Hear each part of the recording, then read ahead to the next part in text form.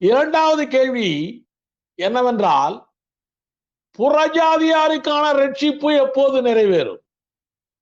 புறஜாதி இப்பொழுது இஸ்ரவேல் மக்கள் ரட்சிப்பை ஏற்றுக்கொள்ளாதனாலே, இஸ்ரவேல் மக்கள் இயேசு கிறிஸ்துவை ஏற்றுக்கொள்ளாதனாலே, அவர் மூலமாய் கிடைத்த ரட்சிப்புகள் இப்பொழுது பகிரங்கமாய் புறஜாதி மக்களுக்கு உலகமெங்கும் போய் கொண்டிருக்கிறது அல்லவா? இந்த ரட்சிப்பின் காலம் எப்பொழுது நிறைவேறும்? இது அடுத்த கேள்வி. புறஜாதியாருக்கான ரட்சிப்பின் காலம் நிறைவேறுவது எப்போது? இதை பற்றி இப்பொழுது நாம் பார்க்க போகிறோம். இயேசு உயிர்த்தெழுந்த பிற்பாடு கொர்நேலியோ முதலான புறஜாதிகளுக்கு முதலிலே ரட்சிப்பு போயிற்று. முதல்ல கொர்நேலி தான். கொர்நேலி வீட்டார் தான் புறஜாதி, பேதுரு மூலமாய் போயிற்று. முதலிலே கொர்நேலி முதலான புறஜாதிக்கு ரட்சிப்பு போயிற்று. முதல்ல ஸ்தேவான் கல்லெறிந்து கொல்லப்பட்டான். அதற்கு பிற்பாடு கிறிஸ்தவர்கள் எல்லாரும் சிதறடிக்கப்பட்டார்கள்.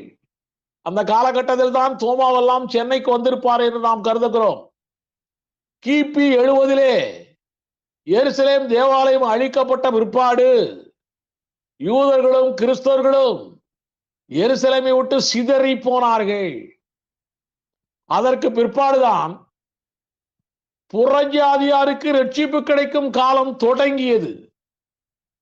ரொம்ப ஹை ரேட்ல தொடங்கியது. அதுக்கு பிற்பாடுதான் நாமும் ஆனால் தான் ரட்சிக்கப்பட்டும் இருக்கிறோம், புறஜாதியாராகிய நாமும். ஹல்லேலூயா. ரோமர் 11:25 வாசிக்கிறேன், கேளுங்கள். இது ஒரு முக்கியமான வசனம். இது ரோமர் 11:25.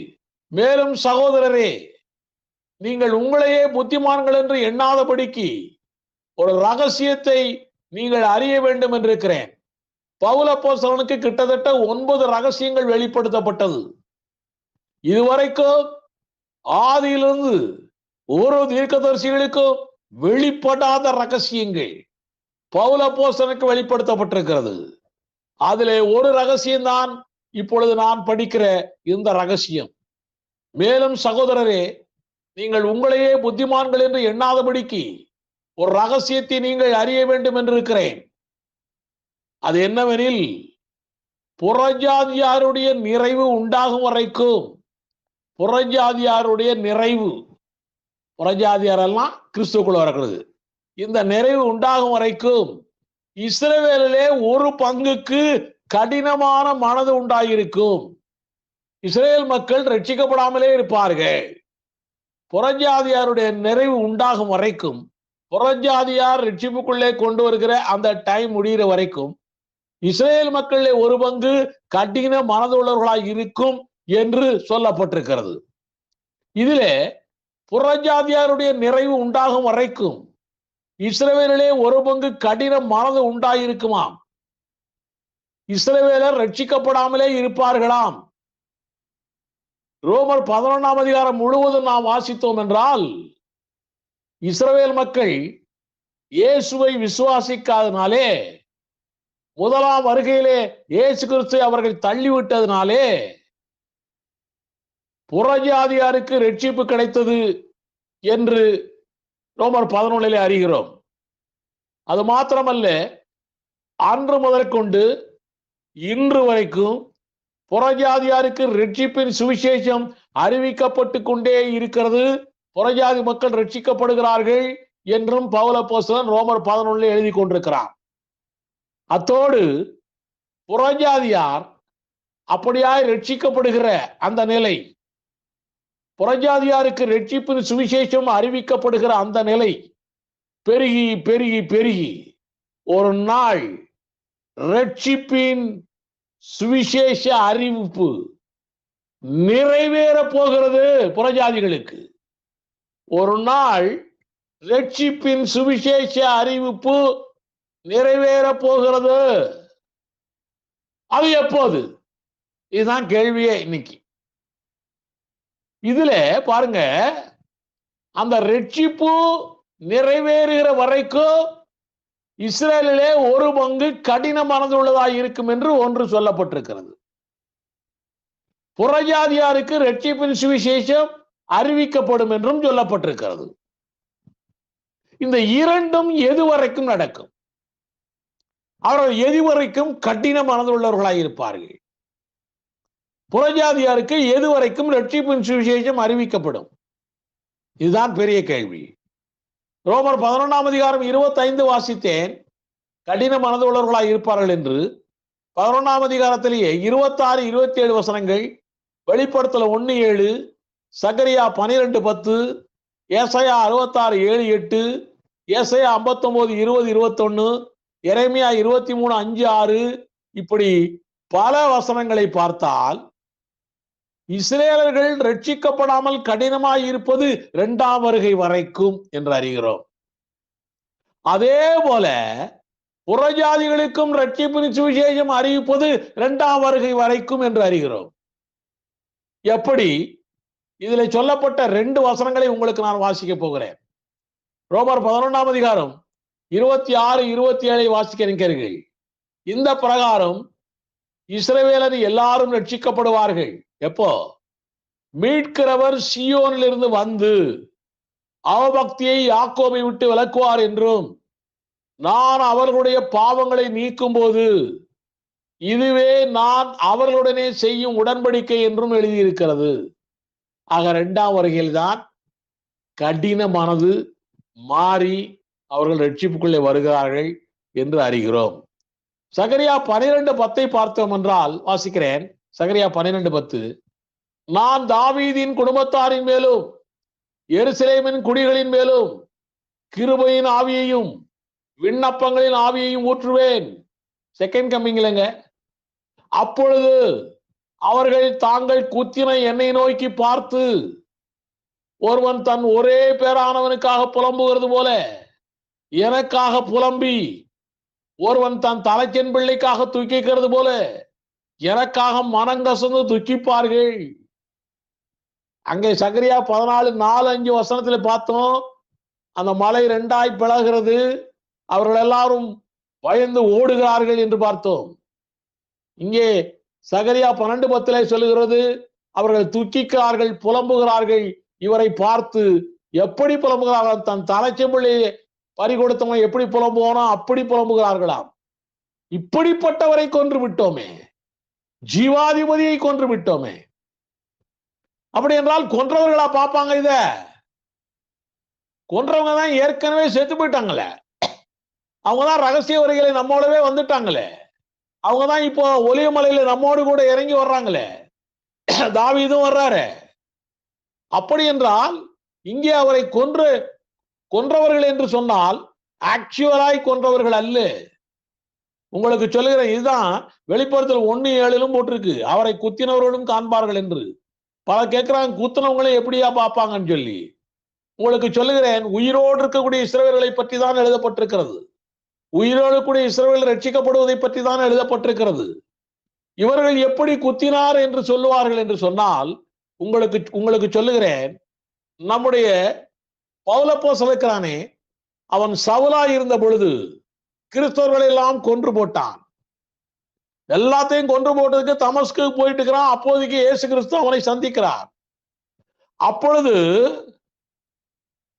நீ யாருன்னு கேட்கிறாரு, முள்ளில் உதைக்கிறது உனக்கு கடினமாமே. அப்படி என்றால் அர்த்தம் என்ன?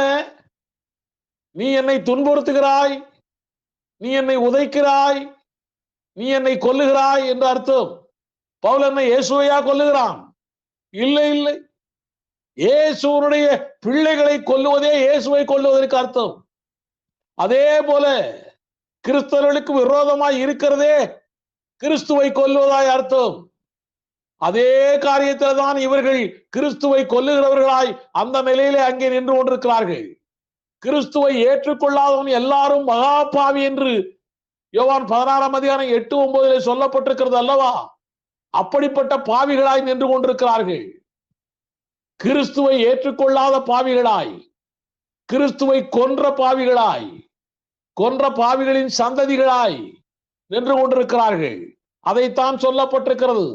அவர்களெல்லாம் அழுகிறார்கள், துக்கிக்கிறார்கள். உங்களுக்கு தெரியுமோ என்னமோ, நிறைய காரியங்கள் அப்படியெல்லாம் படிச்சுக்கிட்டே போனீங்கன்னா சகரியாவில எல்லாம் போடப்பட்டிருக்கிறது. ஓசியாவில் கூட போடப்பட்டிருக்கிறது. எல்லாம் பாத்தீங்கன்னா அவருடைய துக்கங்கள் கிட்டத்தட்ட 3 நாட்கள் ஆகும் என்று போடப்பட்டிருக்கிறது. 3 நாட்கள் துக்கப்பட்டு மனம் மாறி பாவங்கள் மன்னிக்கப்பட்டு அவர்கள் ரட்சிப்புக்குள்ளே வருகிறார்கள் என்று எழுதப்பட்டிருக்கிறது. அவ்வளவு பெரிய காரியங்கள் நடக்க போகிறது. அந்த நேரத்திலே அவர் ஏதோமியரை போய் சந்திக்க போகிறார், மோவாபியரை போய் சந்திக்க போகிறார். நம்முடைய ஆண்டவராய் இயேசு கிறிஸ்து அவர்களிலேயும் மீந்திருக்கிறவர்களையும் அழைத்துக் கொண்டு வரப்போகிறார். பெரிய காரியங்கள் 2ஆம் வருகையில் நடக்க போகிறது. இதெல்லாம் நாம படிக்க படிக்க எவ்வளவு சந்தோஷமா இருக்கும் தெரியுமா? ஆக இதெல்லாம் 2ஆம் வருகையில் நடக்கிற காரியங்கள். அப்ப அவங்க கடின மனது லகுவான மனதை ஆகி இயேசு கிறிஸ்துவை ஏற்றுக்கொள்கிறார்கள் அல்லவா? அதுவரைக்கும் புறஜாதியாரின் ஆளுகை காலமும் இருக்கும். புறஜாதியாருக்கு ரட்சிப்பின் சுவிசேஷமும் அறிவிக்கப்படும். அப்படி என்றால் நிறைய பேருடைய கேள்வி, நாம ரகசிய வருகையில போய் விடுகிறோமே, ரகசிய வருகைக்கு பிற்பாடும் இங்கே இருக்கக்கூடிய கிறிஸ்தவர்களுக்கு ரட்சிப்பு உண்டா? அருமையான கேள்வி இதெல்லாம். ஆக நாம ரகசிய வருகையில போய் விடுகிறோமே. நீங்கள் சொல்லுகிறீர்கள் அர்முகதன் பள்ளத்தாக்கு அந்தி கிறிஸ்து பிடிக்கப்படும் வரைக்கும், இஸ்ரேல் மக்கள் ரட்சிப்புக்குள்ளே வரும் வரைக்கும் புறஜாதிகளுக்கும் ரட்சிப்பின் சுவிசேஷம் சொல்லப்படும் என்று சொல்லுகிறீர்களே. அப்படி என்றால் நாம் ரகசிய வருகையிலே போய்விட்டோம் என்றால், நாம் ரகசிய வருகையிலே போய்விட்ட பிற்பாடு கூட இங்கே புறஜாதிகளுக்கு ரட்சிப்பின் சுவிசேஷம் சொல்லப்படுமா?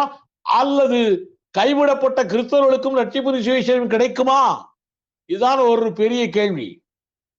நாம் ரகசிய வருகை வரைக்கும் கிறிஸ்தவர்களாகிய நாம் தான் சுவிசேஷம் அறிவிப்போம் புறஜாதிகளுக்கு.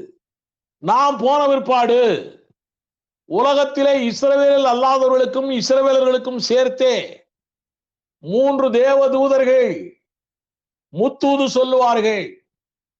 1,44,000 பேர் இஸ்ரவேல் மக்கள் சத்தியத்தை சொல்லுவார்கள்.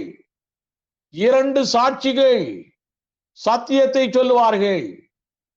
அப்பொழுது புறஜாதியாருக்கும் சுவிசேஷம் போகிறது, இஸ்ரவேல் மக்களுக்கும் சுவிசேஷம் போகிறது. அந்தி கிறிஸ்து நாட்களில் அது புறஜாதியாருக்கும் போகிறது, இஸ்ரவேலருக்கும் போகிறது, கைவிடப்பட்ட கிறிஸ்தவர்களுக்கும் போகிறது.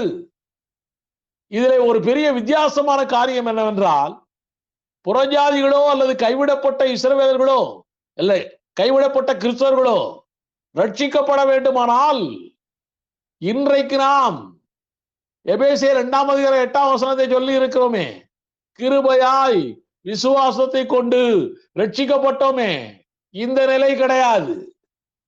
அவர்கள் இரத்த சாட்சியாய் மரித்தால் மாத்திரமே அவர்களுக்கு ரட்சிப்பு உண்டு, இல்லை என்றால் ரட்சிப்பு கிடையாது. அதனால்தான் இப்பொழுதே சொல்லிக் கொண்டிருக்கிறோம், பாரம்பரிய கிறிஸ்தவர்களே வெளியே வாருங்கள் என்று சொல்லுகிறோம். தேவனுடைய கற்பனைகளை வீணாக்கி கொண்டிருக்கிற கிறிஸ்தவர்களே வெளியே வாருங்கள் என்று சொல்லுகிறோம். இப்பொழுதே ரட்சணியினால் உங்களுக்கு என்று சொல்லுகிறோம்.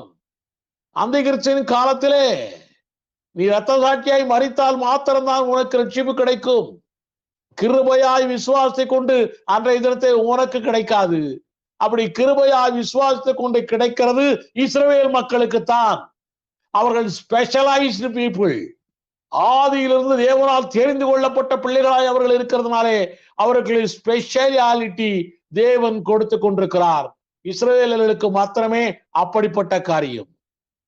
இந்த செய்தியை கேட்டுக்கொண்டிருக்கிற பெரியோர்களே, ஊழியக்காரர்களே, விசுவாசிகளே, உங்களுக்கு சொல்லுகிறேன், ரகசிய வருகை வரைக்கும் ரட்சிப்பின் சுவிசேஷத்தை புறஜாதியாருக்கு தொய்வில்லாமல் நாம் அறிவித்துக் கொண்டே இருப்போம். இஸ்ரவேலருக்கு தேவன் கொடுக்க நினைத்த ஆட்சி இன்னும் கொடுக்கப்படவில்லை என்றும், 2ஆம் வருகையில் தான் கொடுக்கப்படும் என்றும் பகிரங்கமாய் நாம் சொல்லிக் கொண்டே இருப்போம்.